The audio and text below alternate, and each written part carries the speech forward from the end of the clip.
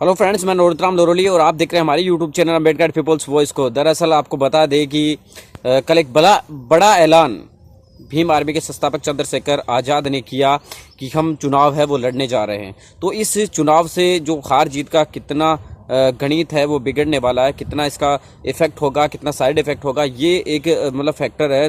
Check करना बहुत बड़ा इफेक्ट है।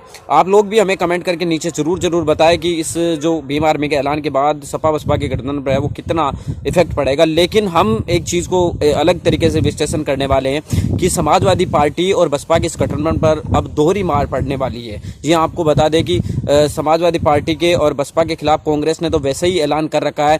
कांग्रेस तो वैसे भी उनके खिलाफ चुनाव लड़ेगी और मजबूती के साथ लड़ने का ऐलान कर दिया। कई जगह पर तो उन्होंने वो उम्मीदवार उतारे जो कभी सपा और बसपा के उम्मीदवार भी रहे थे। तो इस वजह से अगर वो उम्मीदवार चुनाव जीतते भी नहीं है, जो ऑलरेडी सांसद रहे हुए वो उम्मीदवार अगर जीतते भी नहीं है तो भी वो अगर वो चुनाव लड़ते तो एक बड़ी वोट काटने में वो उनकी अहम भूमिका रहेगी। और वोट काटते हैं तो सपा बसपा को बहुत ही बड़ा नुकसान है हो सकता है। लेकिन अब एक मार और सामने आ चुकी है कि सपा बसपा के इस गठबंधन में भीम आर्मी का भी बड़ा रोल सामने आ चुका है। और भीम आर्मी ने भी ऐलान कर दिया है कि वो भी चुनाव के अंदर वोट या तो गठबंधन को देंगे नहीं, या देंगे तो फिर वो अपने चुनाव खुद लड़ने जा रहे हैं। तो इसका एक मतलब साफ हो चुका है कि जो सपा बसपा का गठबंधन है उसमें कहीं ना कहीं वोट काटने का जो काम है, और जितना ज़्यादा वोट शेयर होगा उतना ज़्यादा ही वोट बीजेपी को फायदा होगा। आपको बता दें कि बीजेपी खुद ये चाहती है कि ज़्यादा से ज़्यादा पार्टियां हैं वो चुनाव लड़े, और ज़्यादा से ज़्यादा जितनी ज़्यादा पार्टियां चुनाव लड़ेगी उतनी ही ज़्यादा संख्या के अंदर बीजेपी को फायदा होने की संभावनाएं बनी रहती है। क्योंकि बीजेपी इस बात को खुद अच्छी तरीके से जानती है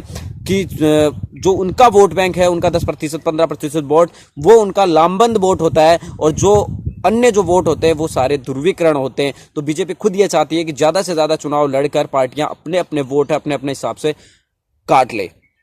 अब सपा और बसपा के बीच ये सबसे बड़ी अहम भूमिका रहेगी कि 3-4 सीटें अगर कांग्रेस डाइवर्ट कर देती है और 3-4 सीटें अगर भीम आर्मी डाइवर्ट कर देती है, तो इससे समाजवादी पार्टी और बसपा के लिए ये सबसे ज़्यादा बड़ा महत्वपूर्ण फैक्टर होगा कि उनके लिए आने वाली लोकसभा जो चुनाव के समीकरण बनेंगे उनमें काफ़ी ज़्यादा राह उनकी मुश्किल हो जाएगी। चाहे सपा बसपा के इस गठबंधन में भीम आर्मी या कांग्रेस जीते ना, लेकिन उन दोनों के वोटों से इतना ज़्यादा डाइवर्ट हो जाएगा कि बीजेपी आसानी से वो जीत सकती है। तो ये एक बड़ा फैक्टर है, वो देखने को मिल रहा है कि कल शाम को ही उन्होंने ऐलान किया था इस चीज़ का, और उसके बाद से ही एक समीकरण अलग अलग तरीके के निकल कर आए। लोग उनको सलाह भी दे रहे हैं कि हालांकि आपको चुनाव नहीं लड़ने चाहिए, लेकिन लोकतंत्र है, लोकतंत्र के अंदर हम किसी को रोक नहीं सकते। लेकिन ये इस वक्त बहुजन समाज के लिए सबसे बड़ी चुनौती यही थी कि वो संविधान को बचाने के लिए चुनाव लड़ रहे थे, संविधान को एकजुटता के साथ पिरोकर बीजेपी को हराने के लिए चुनाव लड़ रहे थे। लेकिन ये सच है, अगर हम अलग अलग तरीके से चुनाव लड़ेंगे, भीम आर्मी अलग लड़ेगी, बसपा अलग लड़ेगी, या अलग अलग तरीके के जितने भी ज़्यादा से ज़्यादा संगठन चुनाव लड़ेंगे, उतना ही बीजेपी के लिए काफ़ी ज़्यादा में संख्या में फ़ायदा होने वाला है, और बीजेपी मजबूती के साथ है वो चुनाव जीत जाएगी। और भीम आर्मी ने यह भी ऐलान किया है कि भाई मुलायम सिंह यादव ने एक बयान दिया था कि प्रधानमंत्री पद के लिए हम नरेंद्र मोदी को शुभकामनाएं देते हैं। तो इस मामले के अंदर है अखिलेश यादव एक बार नहीं कई बार सफाई दे चुके हैं। ये बात ही चंद्रशेखर ने कही कि उस मामले में हमें सफाई चाहिए। तो आपको बता दें कि अखिलेश यादव ने एक बार नहीं बल्कि कई बार अलग अलग टीवी चैनल्स के डिबेट्स में साफ कह दिए हैं कि नेताजी ने जो कहा उसका इतना गंभीरता से नहीं लेना चाहिए। नेताजी इससे पहले मनमोहन सिंह को भी शुभकामनाएं वो दे चुके हैं, लेकिन इसका मतलब ये नहीं है कि वो दोबारा चुनाव जीत कर आए हो। मनमोहन सिंह भी चुनाव हार गए थे।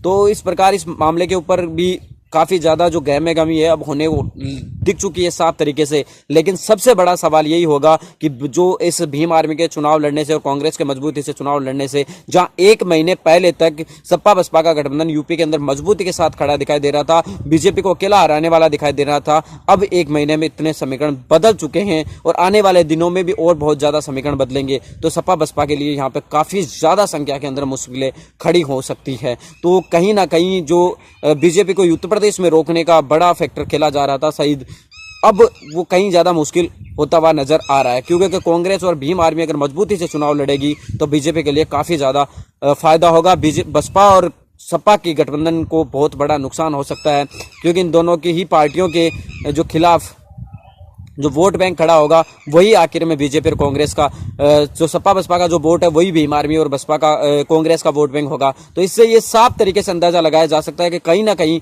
नुकसान जरूर होगा। अगर 3-4 सीटें सपा बसपा की भीम आर्मी खराब करे और 3-4 ही कांग्रेस करे तो बसपा और बीजेपी को करीब 10 सीटों पर इससे फायदा मिल सकता है। तो मिलेंगे किसी नई वीडियो के साथ, तब तक आपसे लेते विदा। जय भीम जय भारत। आप हमारे चैनल अम्बेडकर पीपुल्स वॉइस को सब्सक्राइब कीजिए और बेल आइकन भी दबाइए और पाइए हर वीडियो की नोटिफिकेशन।